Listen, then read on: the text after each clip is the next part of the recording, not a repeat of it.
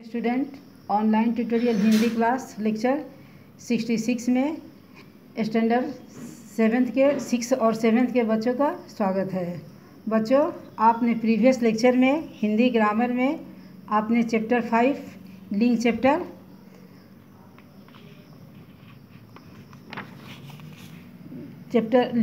पढ़ रहे थे। चैप्टर 5 लिंक चैप्टर पढ़ रहे थे।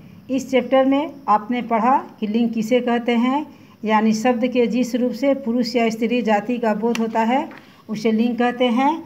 लिंग के दो भेद होते हैं, पुल्लिंग और स्त्रीलिंग। पुरुष जाति का बोध कराने वाले शब्द पुल्लिंग कहलाते हैं, जैसे सेठ, बूढ़ा, आदमी आदि। स्त्रीलिंग स्त्री जाति का बोध कराने वाले शब्द स्त्रीलिंग कहलाते हैं, जैसे सेठानी, बुढ़िया, औरत आदि। बच्चों, आपने पढ़ा था कि प्राणियों का लिंग पहचानना आसान है, लेकिन अप्राणीवाचक संज्ञा शब्दों के लिंग की पहचान में थोड़ी कठिनाई होती है। ऐसे शब्दों को व्याकरण के नियमों को मानना पड़ता है और उसी के अनुसार विशेषण और क्रिया आदि के लिंग होते हैं। आपने लिंग संबंधी कुछ नियम भी पढ़ा था, जैसे आपको सदा पुल्लिंग शब्द जैसे दिनों के नाम पुल्लिंग होते हैं, महीनों के नाम पुल्लिंग होते हैं, सागर के नाम पुल्लिंग होते हैं, पर्वतों के नाम पुल्लिंग होते हैं, वृक्षों के नाम पुल्लिंग होते हैं, ग्रहों के नाम पुल्लिंग होते हैं। लेकिन उसमें एक अपवाद है, पृथ्वी आपने पढ़ा, ये स्त्रीलिंग शब्द है। देशों के नाम ये भी आपके पुल्लिंग होते हैं, रत्नों के नाम ये भी पुल्लिंग होते हैं, लेकिन उसमें चांदी आपका स्त्रीलिंग होता है। तो बच्चों, आज हम लेक्चर 66 में हिंदी ग्रामर में इसी चैप्टर के को पढ़ेंगे। अब आप पढ़ेंगे कि सदा स्त्रीलिंग शब्द। आपने सदा पुल्लिंग शब्द पढ़ा था, अब आप पढ़ेंगे कि सदा स्त्रीलिंग शब्द। कुछ शब्द ऐसे होते हैं जो हमेशा सदा स्त्रीलिंग होते हैं, जैसे नदियाँ, यानी नदियों के नाम हमेशा आपको स्त्रीलिंग होते हैं, जैसे यहाँ गंगा, यमुना, कृष्णा, गोदावरी है। इन नामों के आगे आपको नदी नहीं लगाना पड़ता। लेकिन बच्चों, एक ध्यान देंगे, जैसे आप सोन है, सोन आप केवल सोन नहीं लिख सकते, क्योंकि अगर आप सोन लिखेंगे तो इससे पुल्लिंग का बोध होगा, तो इसके लिए आपको नदी लगाना होगा, सोन नदी। जैसे ब्रह्मपुत्र है, ये भी आपको पुल्लिंग शब्द है, लेकिन इसको ये चूँकि नदी का नाम है इसलिए इसको स्त्रीलिंग बनाने के लिए हम इसमें ब्रह्मपुत्र नदी लिखेंगे।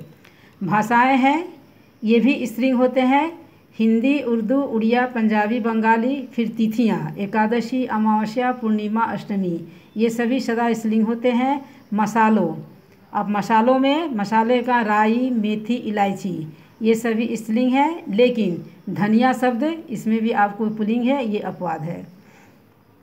फिर बच्चों, यहाँ ध्यान देंगे, जिन संज्ञाओं के अंत में आई, हट, वट, ता आदि प्रत्यय हो वे अधिकतर स्त्रीलिंग हैं। जैसे आई, अब जैसे भला, इसमें आई लगाए, भलाई, बुरा, आई, बुराई, गहरा, जो आई, गहराई। फिर यहाँ हट देख रहे हैं, आहट, घबराहट, झल्लाहट, मुस्कुराहट। फिर इसमें आप देख रहे हैं हट लगाकर बना ये शब्द, ये सब स्त्रीलिंग हो गए। फिर वट, जैसे सजावट, रुकावट, मिलावट, ये सभी वट लगाकर, जैसे सजा, इसमें वट, रुका, वट, मिला, वट, ये स्त्रीलिंग बना। फिर ता शब्द, ता प्रत्यय भी लगाकर, जैसे मित्रता, मधुरता, पराधीनता, स्वतंत्रता, ऐसे आप लगाकर इन शब्दों को लगाकर आई, हट, वट, ता, इन प्रत्यय को लगाकर आप स्त्रीलिंग बना सकते हैं। जैसे कुछ शब्द संज्ञा है, कुछ ऐसे संज्ञा शब्द हैं जो स्त्री तथा पुरुष के लिए समान रूप से प्रयुक्त होते हैं। अब बच्चों, आप ध्यान देंगे कि कुछ ऐसे शब्द हैं जो स्त्री और पुरुष दोनों के लिए समान रूप से प्रयुक्त होते हैं। जैसे अब आप देख रहे हैं खिलाड़ी, अब जैसे आप खिलाड़ी में आप कह सकते हैं, जैसे खिलाड़ी का अगर नाम हो तो आप जैसे क्रिकेट खिलाड़ी आप कह सकते हैं।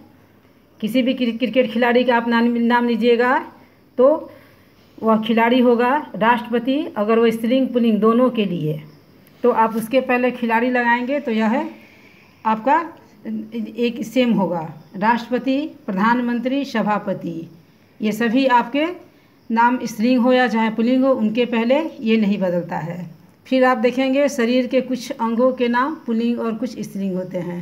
शरीर के कुछ अंगों के नाम आपके पुल्लिंग है और कुछ स्त्रीलिंग होते हैं, जैसे सिर है, बाल है, मुंह है, हाथ है, पैर है, अंगूठा है, ये सभी आपके पुल्लिंग होते हैं। यहाँ आप स्त्रीलिंग में देखेंगे आँख, नाक, जीभ, कमर, कलाई, गर्दन, ये सभी स्त्रीलिंग होते हैं।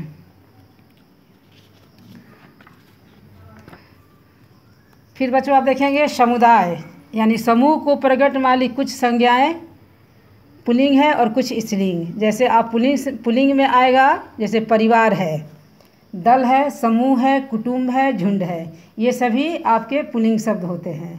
आप स्त्रीलिंग में आइएगा तो सभा है, फौज है, सेना है, टोली है, भीड़ है, ये सभी स्त्रीलिंग के अंतर्गत आते हैं। तो बच्चों आज आपने लेक्चर 66 में हिंदी ग्रामर में आपने लिंग किसे कहते हैं पढ़ा, लिंग के दोनों भेद, स्त्रीलिंग और पुल्लिंग बनाने के नियम के कुछ शब्द आपको हमेशा स्त्रीलिंग होते हैं, कुछ हमेशा पुल्लिंग होते हैं, इसको आपने पढ़ा। नेक्स्ट लेक्चर में हम लिंग परिवर्तन के नियम पढ़ेंगे। आज के लिए धन्यवाद।